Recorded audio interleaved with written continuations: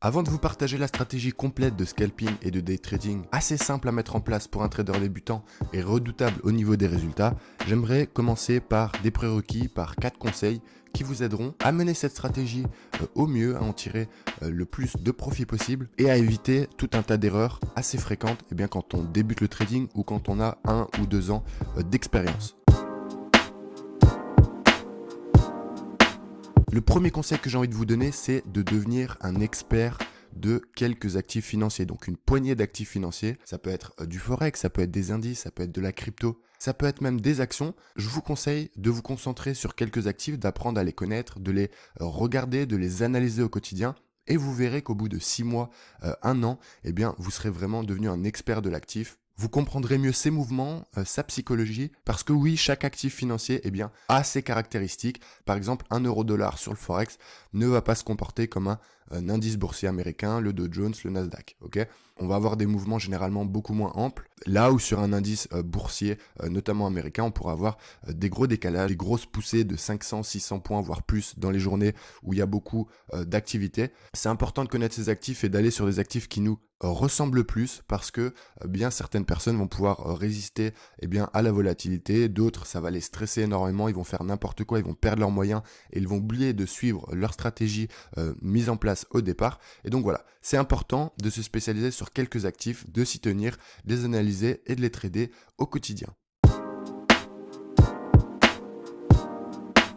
Deuxième prérequis, deuxième conseil pour être un bon scalper, un bon day trader, ça va être de se fixer une limite de perte chaque jour. Donc si vous tradez tous les jours, admettons vous avez un capital de 5000 euros, 2% de risque maximum. C'est-à-dire que si vous faites une journée où vous additionnez les trades perdants et vous dépassez 2%, 3% de perte sur votre capital au total, je vous conseille d'arrêter de trader, de fermer les écrans, de passer à autre chose, de vous vider la tête, de changer d'air et pourquoi pas de revenir le lendemain en meilleure forme et avec un esprit beaucoup plus clair et reposé. C'est important parce que ça évitera de cramer votre capital sur une journée, sur 2 journées, sur 3 journées. À mes débuts, ça m'est beaucoup arrivé quand j'apprenais le trading, quand j'étais pas encore très efficace, dès que j'avais une perte, je voulais la rattraper et c'est souvent comme ça que ça se passe mal. On va être en excès de levier pour rattraper ses pertes et ça mène souvent à des drames sur les capitaux de trading des particuliers. Donc faites attention à ça. Essayez d'avoir la rigueur et la discipline de vous arrêter quand vous n'êtes pas bon, quand vous n'êtes pas dans le bon sens et de revenir le lendemain. Troisième conseil est très important, celui-ci aussi, ça va être de trader avec un broker de qualité. Qu'est-ce que j'appelle un broker de qualité ? Ça va être un broker compétitif, c'est-à-dire qu'il ne va pas vous ruiner dans les spreads et il ne va pas vous ruiner dans les commissions également.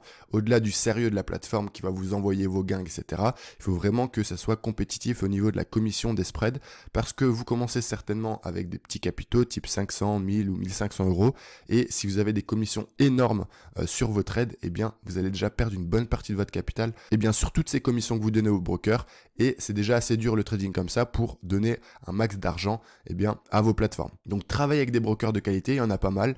Je peux vous partager celui que j'utilise au quotidien pour faire du scalping, du day trading, qui a d'excellents spreads et très peu de commissions, parfois aucune sur certains actifs, comme le Dow Jones que j'aime bien trader au quotidien. Vous payez 0 frais. Et donc, ce broker, je vous le partage dans le premier lien sous cette vidéo. Donc, il y a un seul et unique lien, c'est le lien du broker avec lequel je travaille depuis 3, 4, 5 ans maintenant. Donc voilà, c'est sérieux. Et de cette façon, vous aurez un broker qui ne vous vole pas tout simplement au niveau des spreads et des commissions.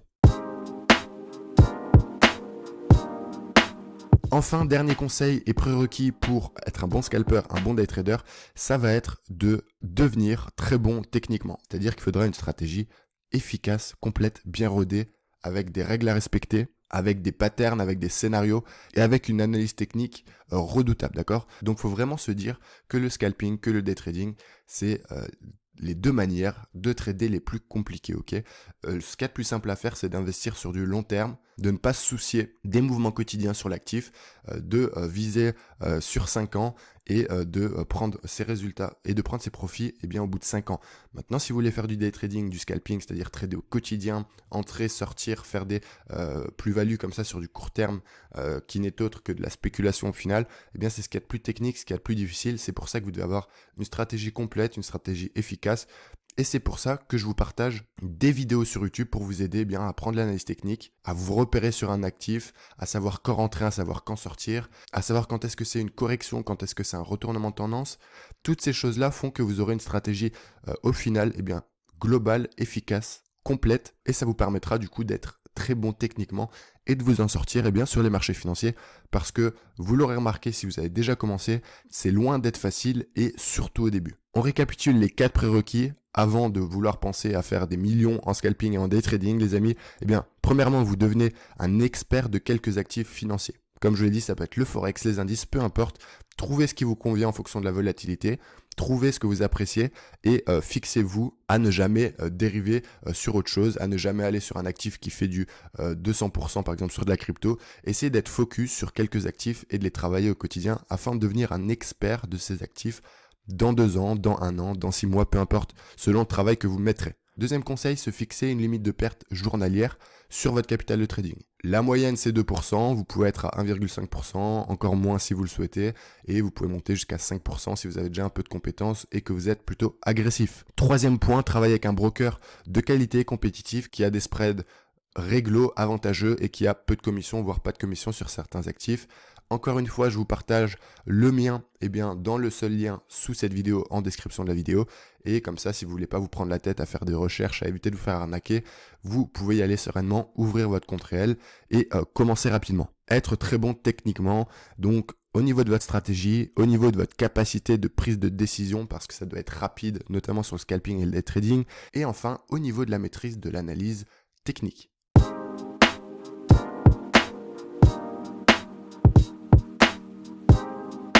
La première étape de la stratégie, ça va être de trouver un actif où il se passe des choses, où il y a une tendance qui est déclarée. Et là, pour l'exemple, c'est assez parfait. On est sur l'euro-dollar et vous pouvez voir en horaire qu'on a une tendance forte qui s'est déclarée à ce moment-là, faisant passer le marché de 1,10 dans un premier temps à environ 1,7, 1,605. Et on peut constater qu'on a en effet une tendance baissière qui s'est déclarée sur cet actif-là avec un bon gros premier mouvement, puis une petite phase de stabilisation baissière avant de rechuter par la suite vers cet endroit-là, ok ? Cette première étape de trouver un actif qui est en tendance, elle sert tout simplement à éviter de se faire piéger dans des marchés de range où il ne se passe rien. Et dans des marchés de range où il ne se passe rien, un peu comme ici, vous pouvez voir que c'est compliqué de trader, c'est compliqué de se décider sur une orientation. Alors bien sûr, on peut trader le range et il y a des façons de le faire, mais ce n'est pas le sujet de cette vidéo aujourd'hui. En tout cas, avec l'expérience que j'ai faite sur les marchés, avec le recul que j'ai désormais, je peux vous dire que c'est beaucoup mieux de trader l'actif quand il est en tendance plutôt que quand il est en range. On va aller chercher des amplitudes de trade bien plus importantes, on va avoir des opportunités de rentrer à nouveau dans cette tendance sur des corrections haussières dans une tendance baissière. Et donc au niveau des probabilités, au niveau du risque, au niveau de la probabilité de gain, c'est bien plus intéressant. Voilà pourquoi c'est toujours ma première étape, trouver un actif où il se passe des choses, où il y a de l'action, où il y a de la volatilité, où on va pouvoir tout simplement mettre en place notre stratégie et gagner de l'argent. Donc là, on a cet exemple sur l'euro-dollar qui est une paire de forex. Vous pouvez trouver des exemples similaires sur les indices, sur le gold, sur le pétrole, sur la crypto, etc. etc. ok ? Ne soyez pas cantonné à ce que je vous montre dans la vidéo au niveau de l'actif, mais n'oubliez pas non plus de ne pas trop vous disperser, c'est-à-dire de rester sur quelques actifs et notamment sur des régions d'actifs financiers du style le forex ou alors les indices. Vous aurez compris ce que je veux vous dire. Donc numéro 1, très important de trouver une tendance pour avoir tout simplement les meilleures conditions de trading possibles.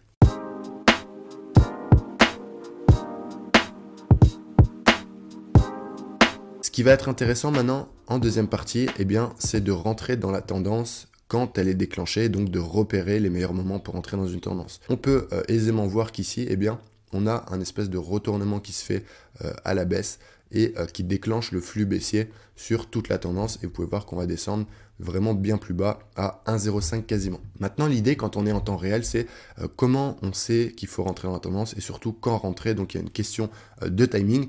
Et pour ça, j'adore m'aider des moyennes mobiles 20 symbolisées en jaune ici sur le graphique et de la moyenne mobile 50 symbolisée en bleu foncé. Ces moyennes mobiles, si vous voulez, elles vont être gages de tendance. Et donc, quand on a une tendance qui se déclare à la baisse, on va avoir généralement tout un tas de successions de pullback, de retest, eh bien, des moyennes mobiles. Parfois seulement de la 20 et parfois on va aller jusqu'à la 50, légèrement la dépasser, faire des petits bluffs de cassure, de retournement à la hausse, puis finalement continuer la tendance. Ok, donc vraiment, en termes d'indicateurs techniques, je trouve que les moyennes mobiles pour se repérer, pour trader la tendance, c'est vraiment super efficace. Attention, j'utilise pas les moyennes mobiles comme beaucoup de gens le proposent, c'est-à-dire avec des croisements du style si la 50 croise la 20 à tel moment, à tel endroit, etc. Eh bien, vous avez un retournement, vous pouvez être sûr que ça va monter. C'est pas aussi simple et moi j'aime juste m'en servir pour faire du suivi tendance. On peut voir que déjà ici sur le mouvement, une fois qu'on casse le plus bas ici, eh bien à chaque fois qu'on retourne titiller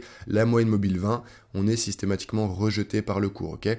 Ici, vous pouvez voir qu'on va un peu plus haut sur la 50, on est rejeté violemment. On retourne sur la 50, on est rejeté. On fait un léger dépassement de 20 points, 30 points ici, puis on est directement réintégré. Ok, donc c'est tout le temps comme ça et vous pouvez voir qu'après la tendance repart clairement à la baisse et que on va plus jamais redépasser à ce niveau-là, eh bien, les deux moyennes mobiles. Donc globalement, dans une forte tendance, les cours vont être à la baisse, eh bien, sous les moyennes mobiles et à la hausse au-dessus des moyennes mobiles. Ça vous servira vraiment de repère et tout simplement, vous saurez que quand le marché eh bien, fait une correction sur les moyennes mobiles, c'est là qu'il faut commencer à s'intéresser, à chercher des signaux pour se placer, pour rejoindre la tendance. Et c'est donc très intéressant. Alors bien sûr, c'est une stratégie qui ne fonctionne pas à tous les coups. Par exemple, ici, ça aurait pu être un vrai retournement, d'accord? Maintenant, il faut voir aussi le comportement du marché. Les moyennes mobiles, c'est juste une aide. Après, il y a le price action à surveiller, il y a votre analyse technique au complet. En tout cas, ça peut être une super manière pour vous, en tant que débutant, pour la plupart, je pense, eh bien, de vous aider dans le timing d'entrée de vos positions et également eh bien, de savoir différencier ce qu'est une correction d'un retournement.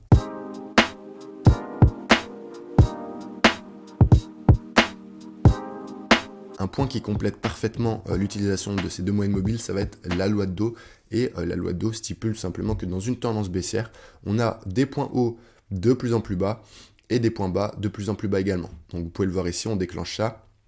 On fait un point haut ici qui est clairement inférieur au premier point haut au sommet ici. On a le premier point bas ici, on aura un deuxième point bas ici qui est bien plus bas et ainsi de suite, ok. Donc ça, c'est vraiment la définition d'une tendance baissière au niveau de la loi de dos. Là, on considère que toutes ces corrections, tous ces retracements, eh bien, sont sur une zone ici, symbolisée en orange, de résistance. Et vous pouvez voir que le marché ne va jamais, jamais, jamais au-dessus. Donc ici, c'est une super zone de vente, malgré qu'on stabilise de façon range plutôt plat, ok. Donc là, on a des petits points hauts légèrement plus hauts que les précédents parfois, mais c'est insignifiant dans le sens où c'est pas des vrais retournements, c'est pas des vrais points hauts, puisqu'on repart systématiquement à la baisse. Là, on est plus en train de travailler une zone de résistance pour l'exemple, ok ?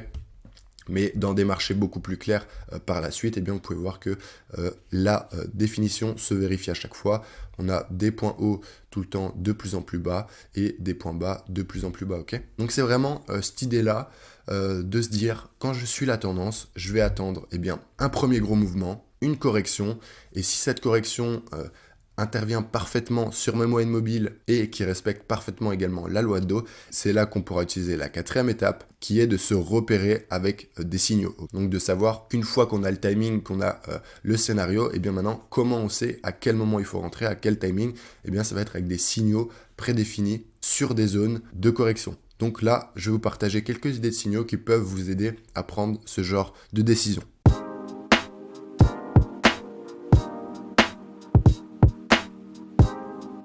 Moi, ce que j'adore comme signaux, ça va être tout ce qui va être signaux impulsifs, d'accord ?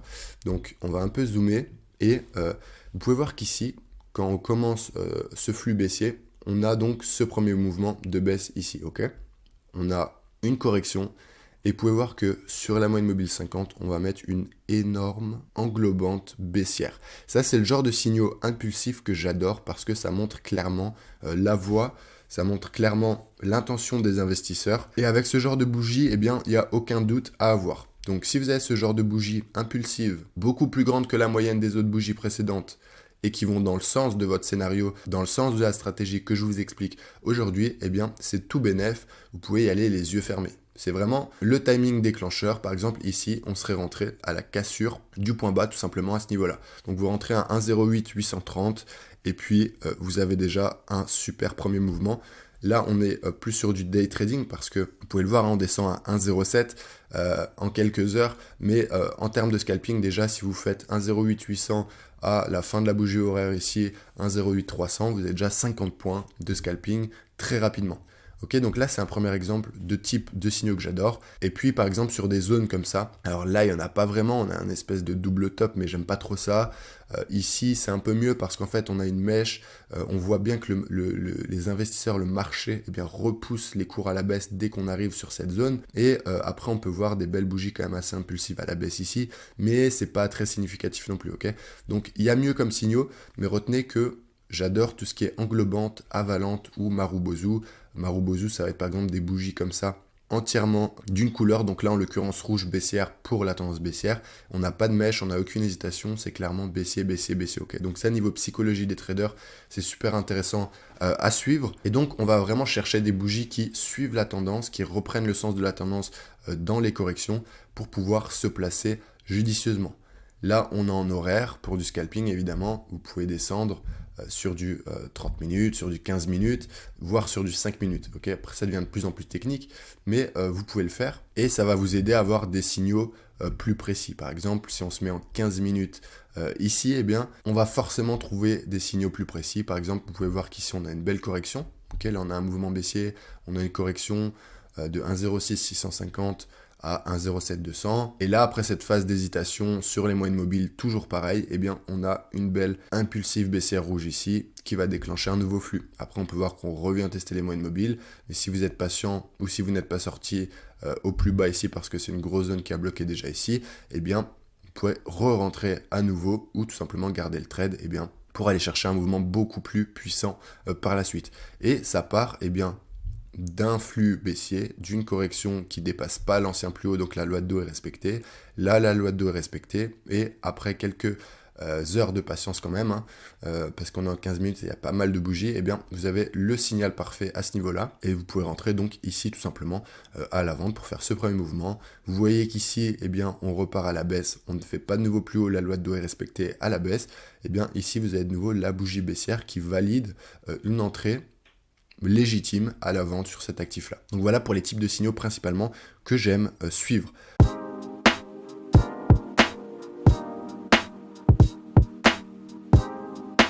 Enfin, pour terminer, eh bien, la question de la gestion du risque, ça va être comme d'habitude, 1-2% maximum sur votre stop loss. Donc si vous vendez un endroit, si vous vous trompez et que le marché tape le stop loss, eh bien ça sera 2% maximum du capital. En risque ratio, si vous risquez 50 €, essayez d'en gagner au moins 100, donc du risque ratio de 1 pour 2.